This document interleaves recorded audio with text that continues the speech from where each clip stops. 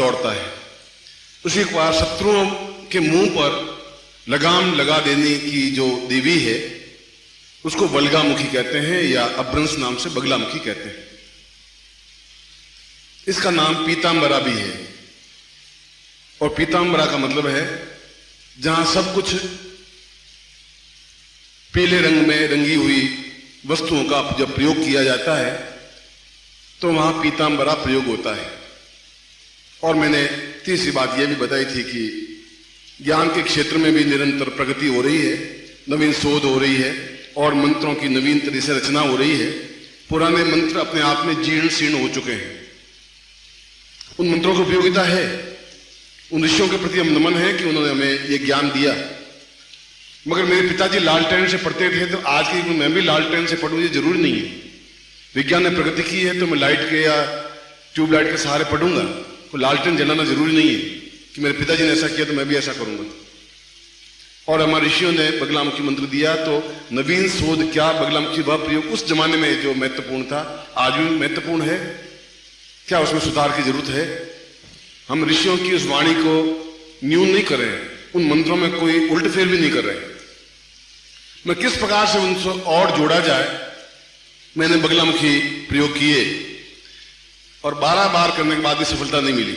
मैं अपनी इस कमी को स्वीकार करता हूं। और मैं दतिया मध्य प्रदेश में स्थान है जहां पीतांबरा पीठ है और पूरे भारतवर्ष में श्रेष्ठतम मंदिर है बगलामुखी का। और उसी प्रकार से एक पीतांबरा पीठ बंगाल में है और वहां आप देखें तो शमशान के किनारे वह मंदिर आया हुआ है बगलामुखी का और धूमावती का और छिन्नमस्ता का। और तीनों ही मंदिर मनुष्यों की खोपड़ियों से बने हुए हैं, ईंट पत्थर गारे का काम ही नहीं लिया है। आंगन है तो उन मनुष्यों की खोपड़ियों से, ईंटें हैं मनुष्यों की खोपड़ियों से और चिता जलती रहती है और नरमुंड एकत्र करते रहते हैं, उन्हीं से पूजा करते हैं। वो तांत्रिक प्रयोग है वहां। और यहां पर दतिया में एक मंत्रात्मक प्रयोग है जहां पीतांबरी की साधना की जाती है। वह प्रयोग भी अपने आप में सही है, यह प्रयोग भी अपने आप में सही है। तंत्रात्मक रूप से भी सही है, मंत्रात्मक रूप से भी सही है। यहां पर मैं 2 महीने रहा हूं, वहां भी 5-6 महीने रहा हूं, वहां भी साधना की है, यहां भी साधना की है। और जब 12 बार भी असफलता मिली तो मैंने उनको उस समय तब तो शरीर शांत हो गया। मैंने कहा कि क्या मंत्रों में ताकत नहीं रही या मुझ में कुछ कमी रह गई? ये आज मैं 30 साल पहले की बात बता रहा हूं, 35 साल पहले की।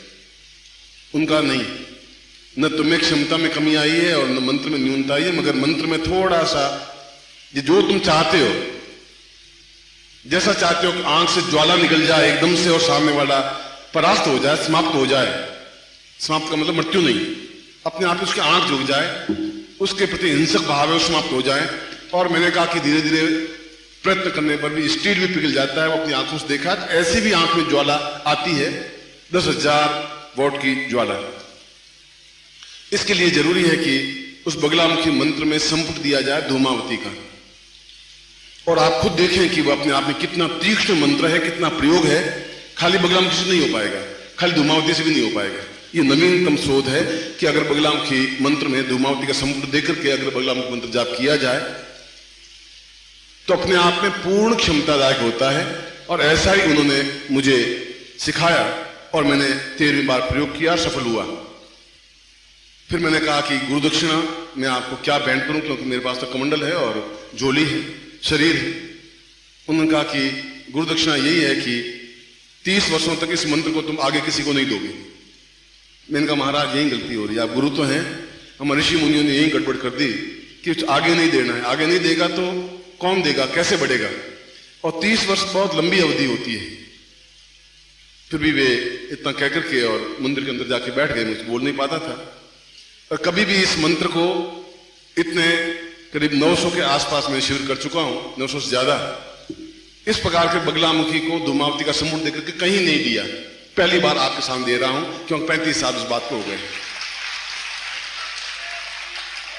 आप में से कई साधक आए होंगे, 10, 15, 20 शिविरों में भाग लिया होगा, बगलामुखी दीक्षाएं भी ली होगी, बगलामुखी साधना भी की होगी।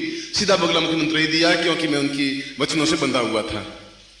जब 30 वर्षों से ज्यादा समय हो गया आज करीब 38-40 वर्ष होने को आए हैं, तो उनकी आज्ञा से ही कि उन्होंने वह ज्ञान दिया था, मगर खाली बगलामुखी से वह सिद्धता नहीं प्राप्त हो सकती, मैं यूं कह रहा हूं।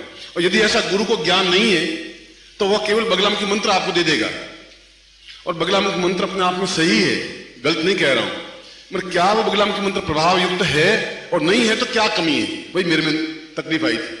बगलामुखी मंत्र को 1.25 लाख जपने के बाद भी सिद्ध नहीं मिली, बगलामुखी प्रत्यक्ष नहीं हुई, तो कहां कमी थी? मैं उनके सामने वही बात रखी थी।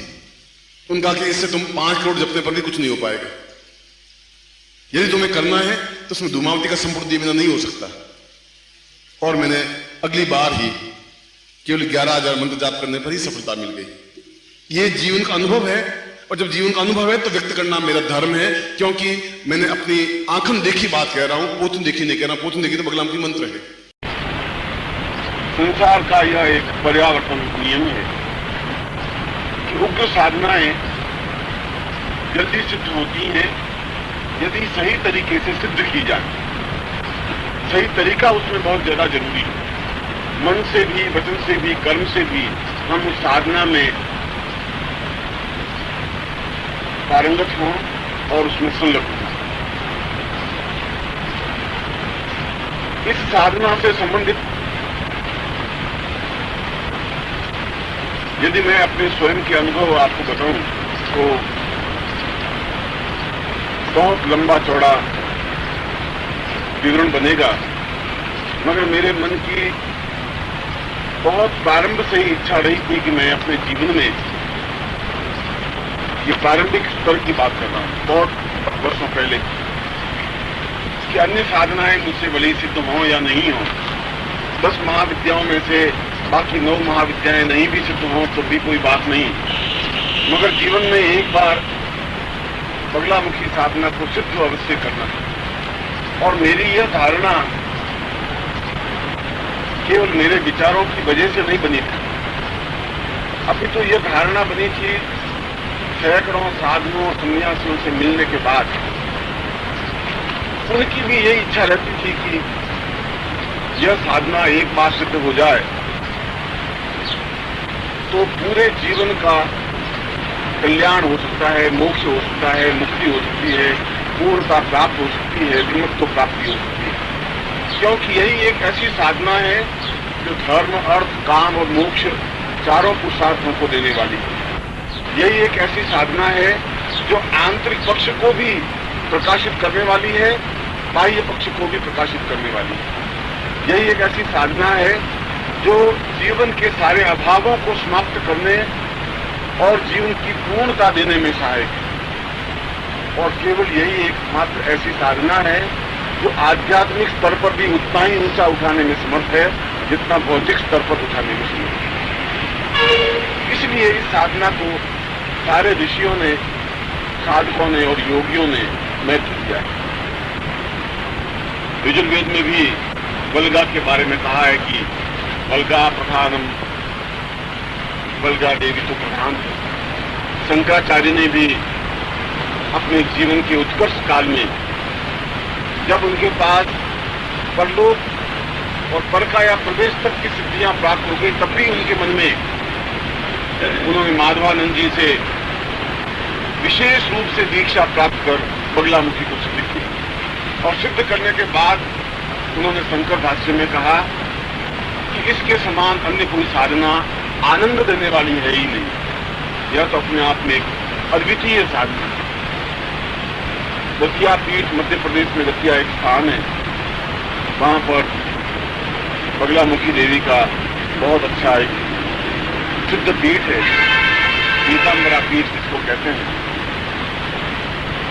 वहां के बारे में भी और वहां के प्रकाशित साहित्य के बारे में भी यही उल्लेख है, इसके समान अन्य कोई साधना नहीं है। गोरखनाथ ने उस समय जब वह सिद्धि प्राप्त कर चुके थे, तब उन्होंने अपने जीवन की इच्छा प्रकट करते हुए कहा था कि मैं सिद्धाश्रम जाने से पूर्व, ब्रह्मत्व प्राप्त करने से पूर्व बगलामुखी साधना अवश्य ही सिद्ध करना चाहूंगा, चाहे मुझे दूसरा जन्म लेना पड़े, तीसरा जन्म लेना पड़े, 25 जन्म लेने पड़े। और ये सारे उदाहरण उन मनीषियों के हैं उन योगियों, सन्यासियों, सिद्धों के हैं जो अपने आप में सिद्धि प्राप्त कर चुके थे। फिर भी अगर उनकी ये लालसा, ये इच्छा, ये तृष्णा, ये भावना रही है तो अवश्य ही साधना में कुछ ऐसा तथ्य, कुछ ऐसी विशेषता है जो अन्य साधनाओं की अपेक्षा महत्वपूर्ण है। और वह महत्वपूर्ण या वह महत्व इस बिंदु पर है कि इस साधना में जीवन की सारी आवश्यकताओं की पूर्ति संभव है, सन्निहित है। जीवन की कोई न्यूनता रहती ही नहीं। किसी भी प्रकार के कार्य की सिद्धि के लिए, छोटे से छोटे कार्य की सिद्धि के लिए और बड़े से बड़े कार्य की सिद्धि के लिए इस साधना का प्रयोग किया जा सकता है।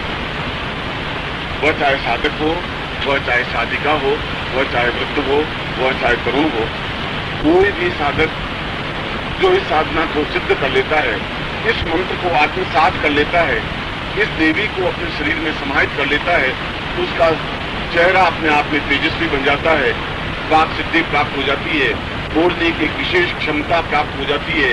वह जो कुछ कहता है उसका एक प्रभाव होता है, समाज में उसका एक सम्मान होता है, जीवन में उसको एक पूर्णत्व प्राप्त होती है। और यह मामूली प्राप्ति नहीं, यह सामान्य घटनाएं नहीं है। जो जीवन में हर क्षण कुचला जाता हो, जीवन में हर क्षण परेशान रहता हो, जीवन में हर क्षण उसके अभाव रहते हो, उसको यदि इतनी सारी विशेषताएं, सिद्धियां केवल एक साधना से मिल जाए तो यह अपने आप में एक महत्वपूर्ण विशेषता है। और यह सब दुर्लभ नहीं है। केवल साहस की जरूरत है, केवल संकल्प की जरूरत है। सिद्धि तो स्वतः प्राप्त होती ही है, क्योंकि हजारों मनुष्यों को प्राप्त हुई है। इंडिया के पास एक नदी बहती है, वहां पर